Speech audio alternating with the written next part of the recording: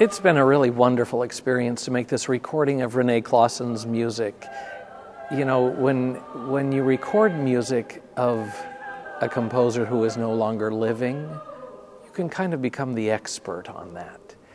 But it has been particularly gratifying to be able to work with a living composer, especially one that has such respect for what we do. Choruses are about the envisioned sound of their conductor.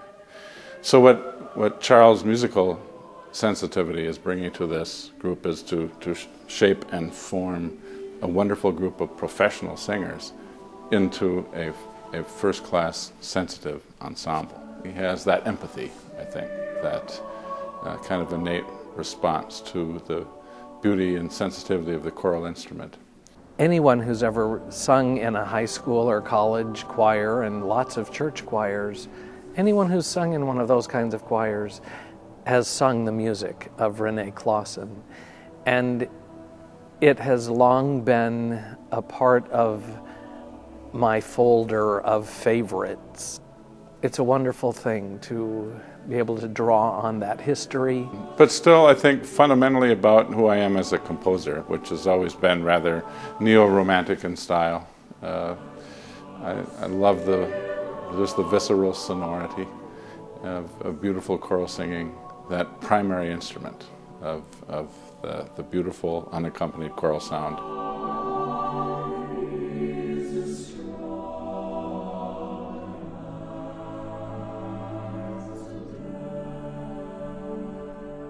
Some of the newer pieces, The Tiger and the Lamb, are secular pieces. And I think the imagery in those pieces lent itself to a little bit different kind of writing. It was somewhat more angular, somewhat tauter writing. Especially in The Tiger, there is this sizzling excitement of tiger, tiger, burning bright, and it just percolates and sizzles and is so exciting with the energy and rhythm that the choir sings.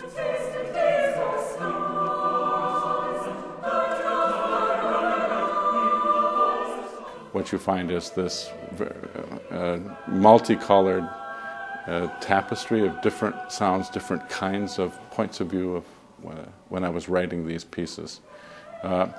I am so text-based when I'm writing music that I try to let both the text content and the shape and form of the text dictate the kind of formal processes of developing these pieces. Another really wonderful piece is called Prayer, with the words by Sister Teresa. It's a lovely meaning of word, and then the way that Rene has put this into sound for the voice. It's just very humble and vulnerable.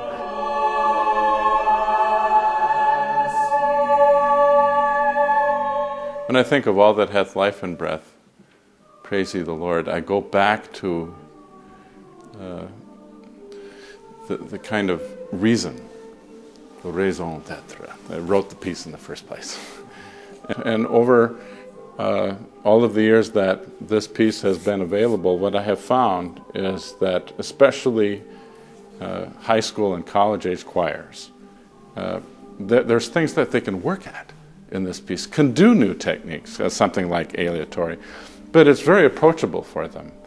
It has a very natural kind of flair, yet there's a high degree of sensitivity in the middle section of the piece, contrasts that all weave together in this piece.